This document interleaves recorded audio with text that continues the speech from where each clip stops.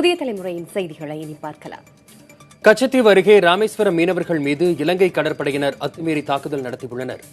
ரோந்து சென்ற இலங்கை கடற்படையினர் பாட்டில்களையும் கற்களையும் வீசி தாக்குதல் நடத்தியதாக மீனவர்கள் குற்றம் சாட்டியுள்ளனர். அச்சம் காரணமாக ராமேஸ்வரம் மீனவர்கள் இரவோடு இரவாக கரை திரும்புகின்றனர்.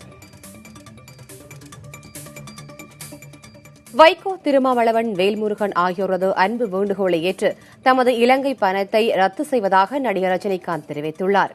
இதுகுறித்து அவர் வெளியிட்டுள்ள அறிக்கையில், திருமாவளவன் ஊடகங்கள் மூலமாகவும், வைகோ தொலைபேசி மூலமாகவும், வேல்முருகன் நண்பர்கள் மூலமாகவும் பல்வேறு அரசியல் காரணங்களை முன்வைத்து இலங்கை நிகழ்ச்சியில் கலந்து கொள்ள வேண்டாம் என கேட்டுக் கொண்டதாக தெரிவித்துள்ளார்.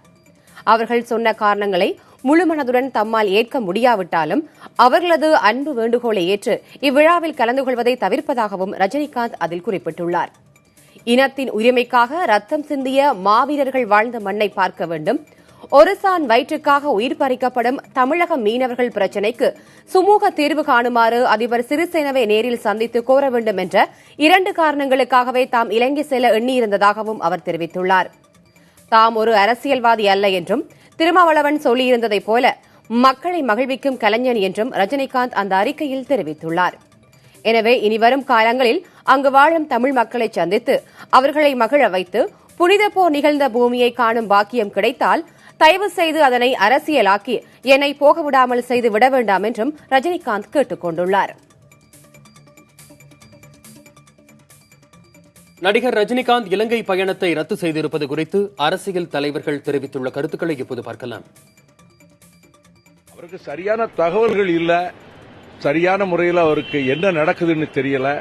அதனால அவர் போறதாக முடிவெடுத்தார்னு செய்தி கேள்விப்பட்டு நேற்று நான் அவர்கிட்ட 10 நிமிடம் விளக்குனேன். நீங்க தமிழ்நாட்டின் மீது அதிக மதிப்பு கொண்டவர், தமிழர்களை நேசிப்பவர். இதுல 90,000 விதவைகள் இருக்கிறாங்க, 1 லட்சம் பேர் காணாம போனவங்க இன்னும் வரல, 1.5 லட்சம் தமிழர்கள் கொல்லப்பட்டிருக்கிறாங்க. தமிழர் பகுதியெல்லாம் சிங்களவர்கள் காலனி ஆதிக்கம் மாதிரி குடியேற்றங்கள் நடக்குது. ராணுவம் எல்லா இடங்களையும் ஆக்கிரமிச்சு நிக்குது. இது மக்களை ஏமாற்றுறதுக்கு 50 வீடு 150 வீடுங்கிறதெல்லாம் மனதில் பெரிய வேதையை ஏற்படுத்தும். உங்கள் மீது ஒரு தவறான அபிப்பிராயம் தமிழ்நாட்டில் ஏற்படக்கூடாதுங்கிற கவலையில சொல்றேன்னா, நிச்சயமாக நான் நீங்க சொன்னதான் மனசுல எடுத்துக்கிட்டு நான் முடிவெடுப்பேன்னு சொன்னாரு.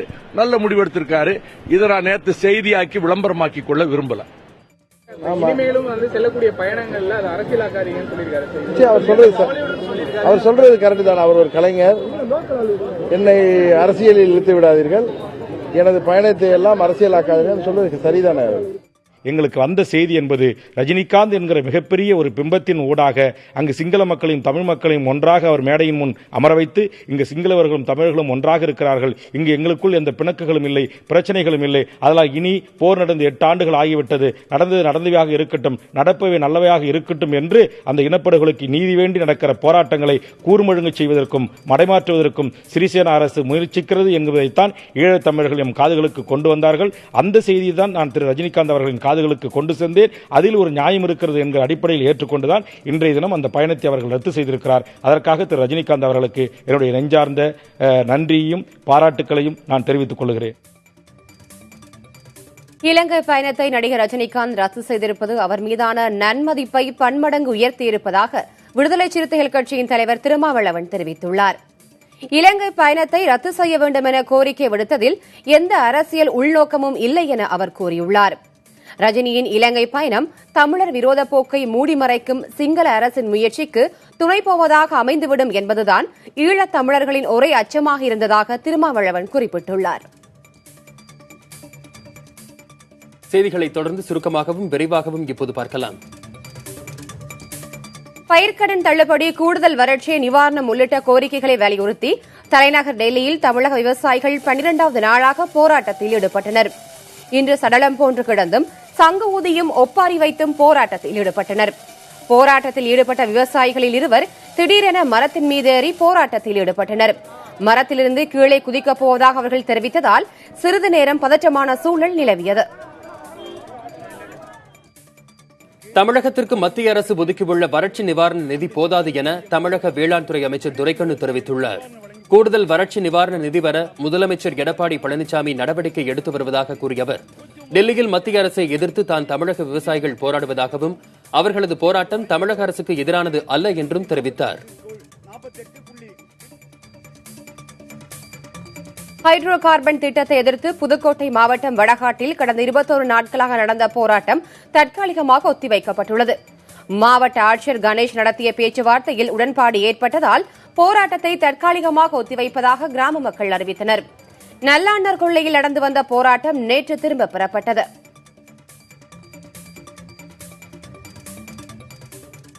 நெல்லை மாவட்டத்தில் இயங்கும் வெளிநாட்டு குளிர்பான ஆலைகளுக்கு தாமிரபரணி ஆற்றில் இருந்து நீர் வழங்குவதை எதிர்த்து பல்வேறு சமூக அமைப்புகள் ஆர்ப்பாட்டம் நடத்தின.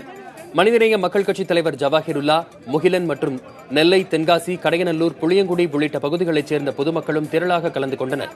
இந்த ஆர்ப்பாட்டத்தின் போது தாமிரபரணி ஆற்றில் மணல் எழக்கூடாது, கழிவு நீரை கலக்க விடக்கூடாது என்பன உள்ளிட்ட கோரிக்கைகள் வலியுறுத்தப்பட்டன. ஆர்கே நகர் இடைத்தேர்தலை முன்னிட்டு திமுக சார்பில் புகார் கூறப்பட்ட நிலையில் சென்னை மாநகர காவல் ஆணையர் ஜார்ஜை இடமாற்றம் செய்து தேர்தல் ஆணையம் உத்தரவிட்டுள்ளது. சிபிசிஐடி கூடுதல் டிஜிபியாக இருந்த கரண் சின்ஹா காவல்துறை ஆணையராக நியமிக்கப்பட்டார். கரண் சின்ஹா உடனடியாக பொறுப்பை ஏற்றுக்கொண்டார். நீட் தேர்வு, வறட்சி நிவாரணம், மீத்தேன் திட்டம் என தொடர்ச்சியாக தமிழர் நலன்களை மாநில அரசு காவு கொடுத்து வருவதாக எதிர்க்கட்சித் தலைவர் மு க ஸ்டாலின் குற்றம் சாட்டியுள்ளார். தமிழகத்தின் நலன் பற்றி இன்றித்தும் கவலைப்படாத மத்திய அரசுக்கு உரிய அழுத்தம் கொடுக்க வேண்டிய முதலமைச்சரோ பேசா முதல்வராக இருந்து பதவியை காப்பாற்றிக் கொள்வதில் கவனமாக இருப்பதாக மு க ஸ்டாலின் விமர்சித்துள்ளார். வரும் 12ஆம் தேதி இடைத்தேர்தல் நடைபெறவுள்ள ஆர்கே நகர் தொகுதியில் வேட்பாளர்களின் பரப்புரை தீவிரமடைந்துள்ளது. இன்று காலை திமுக வேட்பாளர் மருது கணேஷ் வாக்கு சேகரிப்பில் ஈடுபட்டார். வீடு வீடாக சென்று அவர் வாக்கு சேகரித்தார். முன்னாள் அமைச்சர் பொன்முடி உள்ளிட்டோர் உடனிருந்து வாக்கு சேகரித்தனர். ஆர்கே நகரில் 3வது நாளாக அதிமுக அம்மா அணி வேட்பாளர் டிடிவி தினகரன் பரப்புரை மேற்கொண்டார். தொண்டையார்பேட்டையில் உள்ள ஜலகண்டேஸ்வரர் கோவிலில் வழிபாடு நடத்திய பின்னர் செய்தியாளர்களிடம் பேசிய அவர், அரசியல் நிலைப்பாட்டை திடீரென மாற்றிக்கொண்ட மதுசூதனன் தற்போது சசிகலாவை முன்னிறுத்தாதது குறித்து கவலை கொள்வது ஏன் என கேள்வி எழுப்பினார்.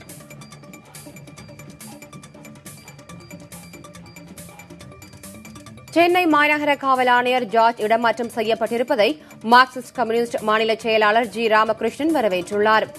ஆர்கே நகரில் அக்கட்சியின் தேர்தல் பணிக்குழு அலுவலகம் திறப்பு விழாவின் போது செய்தியாளர்களிடம் பேசிய அவர், பணப்பட்டுவாடாவை தடுக்க தேர்தல் ஆணையம் நடவடிக்கை எடுக்க வேண்டும் என்று கேட்டுக் கொண்டார்.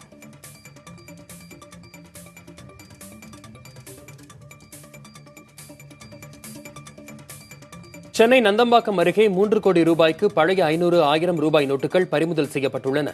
மணப்பாக்கம் பகுதியில் போலீசார் ரோந்து பணியில் ஈடுபட்டிருந்தனர். அப்போது வழியாக வந்த காரை சந்தேகத்தின் அடிப்படையில் சோதனையிட்டது. அதில் சுமார் 3 கோடி ரூபாய்க்கு பழைய 500, 1000 ரூபாய் நோட்டுகள் இருப்பது தெரியவந்தது. அவற்றை பறிமுதல் செய்ததோடு காரில் வந்த இருவரையும் பிடித்து காவல்துறையினர் விசாரணை மேற்கொண்டு வருகின்றனர். வேலூர் மாவட்டம் காட்பாடியில் மீட்கப்பட்ட 38 கிலோ நகைகள் மற்றும் 8 லட்சம் ரூபாய் ரொக்கப்பணம் நெல்லை மாவட்ட காவல்துறையினரிடம் ஒப்படைக்கப்பட்டது. நெல்லையில் கொள்ளையடிக்கப்பட்ட நகைகளை தமிழக ஆந்திர எல்லைப் பகுதியான கிறிஸ்டியான்பேட்டை சோதனைச் சாவடியில் வேலூர் காவல்துறை நேற்று கைப்பற்றினர். அந்த நகைகளை நெல்லை காவல்துறையினரிடம் வேலூர் காவல்துறையினர் ஒப்படைத்தனர். குற்றவாளிகளை தேடும் பணியை நெல்லை காவல்துறையினரே ஏற்றுள்ளனர். கன்னியாகுமரி மாவட்டம் தக்கலை அருகே நிகழ்ந்த விபத்தில் உயிரிழந்த 4 மாணவிகளின் பெற்றோருக்கு முதலமைச்சர் நிவாரண நிதியில் இருந்து தலா 1 லட்சம் ரூபாய் வழங்கப்பட்டது. முதலமைச்சர் எடப்பாடி பழனிசாமியின் உத்தரவை அடுத்து காசோலையை தமிழக அரசு சார்பில் மாவட்ட ஆட்சியர் சஜன் சிங் சவான் வழங்கினார். காயமடைந்த மாணவிகளை மருத்துவமனைகளுக்கு சென்று நலம் விசாரித்ததோடு தலா 50,000 ரூபாய்க்கான காசோலைகளையும் வழங்கினார். உத்தரப்பிரதேசத்தில் விலங்குகள் வதைக்கூடங்களை மூட மாநில அரசு உத்தரவிட்டுள்ளதற்கு எதிர்ப்பு தெரிவித்து லக்னோ இறைச்சிக் கடைக்காரர்கள் கால வரையறையற்ற போராட்டத்தை தொடங்கியுள்ளனர். தற்போதைக்கு கடைகளை மட்டும் மூடியுள்ளதாகவும் வரும் திங்கட்கிழமையிலிருந்து போராட்டத்தை தீவிரப்படுத்தப் போவதாகவும் அவர்கள் கூறியுள்ளனர். பாரதிய ஜனதா கட்சியின் மூத்த தலைவர் அத்வானி குடியரசுத் தலைவராக மேற்குவங்க முதலமைச்சர் மம்தா பானர்ஜி ஆதரவு தெரிவித்துள்ளார். தொலைக்காட்சி நிகழ்ச்சி ஒன்றில் பங்கேற்ற போது அடுத்த குடியரசுத் தலைவராக அத்வானி தேர்வு செய்யப்பட்டால் தனக்கு மகிழ்ச்சியே என தெரிவித்துள்ளார். மத்திய அமைச்சர் சுஷ்மா ஸ்வராஜ் மற்றும் மக்களவை சபாநாயகர் ஸ்மித்ரா மகாஜன் போன்றோர் குடியரசுத் தலைவராக தேர்ந்தெடுக்கப்பட்டாலும் தனக்கு சம்மதமே என்றும் அவர் குறிப்பிட்டுள்ளார். பீகார் முன்னாள் முதலமைச்சர் லாலு பிரசாத் யாதவ் நின்றிருந்த விழா மேடை திடீரென சரிந்ததில் அவர் உட்பட ஏராளமானோர் கீழே விழுந்தனர். இதில் லேசான காயமடைந்த லாலு பிரசாத் யாதவ் முதலுதவி சிகிச்சைகளுக்கு பின் வீடு திரும்பினார். பாட்னாவில் நடைபெற்ற யாகம் ஒன்றில் பங்கேற்ற பின்னர் அங்கிருந்த மேடையில் ஏறினார். அப்போது கூட்டத்தினர் லல்லுவுக்கு மாலை அணிவித்து மரியாதை செய்து கொண்டிருக்கும் போது மேடை சரிந்தது. நியூசிலாந்து அணியுடனான 3வது டெஸ்ட் கிரிக்கெட்டில் மழையால் பாதிக்கப்பட்ட முதல் நாளில் தென்னாப்பிரிக்கா 4 விக்கெட் இழப்புக்கு 123 ரன்கள் எடுத்துள்ளது. ஹாமில்டன் நகரில் நடைபெறும் இந்த போட்டியில் ஹஷிம் அம்லா அரை சதம் அடித்து ஆட்டமிழந்தார். முதல் நாள் முடிவில் டூப்ளசி 33 ரன்களுடனும் பவுமா 13 ரன்களுடனும் களத்தில் உள்ளனர். மேட் ஹென்றி, கிராண்ட்ஹோம் ஆகியோர் தலா 2 விக்கெட்டுகளை வீழ்த்தினர். திருச்சி மண்டல அளவிலான ஹாக்கி போட்டி அரியலூரில் நடைபெற்று வருகிறது. ரவுண்ட் ராபின் முறையில் நடைபெறும் இந்த போட்டியில் அரியலூர், தஞ்சாவூர், திருவாரூர், பெரம்பலூர் ஆகிய 4 அணிகள் பங்கேற்றுள்ளன. ஒவ்வொரு அணியும் மற்ற அணிகளுடன் தலா ஒரு போட்டியில் விளையாட வேண்டும். லீக் சுற்றின் முடிவில் அதிக புள்ளிகள் பெறும் அணிக்கு சாம்பியன் கோப்பை வழங்கப்படுகிறது. அரியலூர் அணி தனது முதல் போட்டியில் பெரம்பலூர் அணியையும் 2வது ஆட்டத்தில் திருவாரூர் அணியையும் வீழ்த்தியது.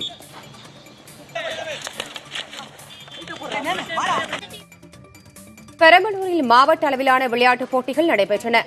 மாவட்ட விளையாட்டரங்கில் நீளம் தாண்டுதல், உயரம் தாண்டுதல் உள்ளிட்ட தடகள போட்டிகளும் நீச்சல் போட்டிகளும் நடைபெற்றன. இதில் பெரம்பலூர் மாவட்டத்தைச் சேர்ந்த பள்ளி, கல்லூரி மாணவர்கள் உள்ளிட்ட 200க்கும் மேற்பட்டோர் கலந்து கொண்டனர்.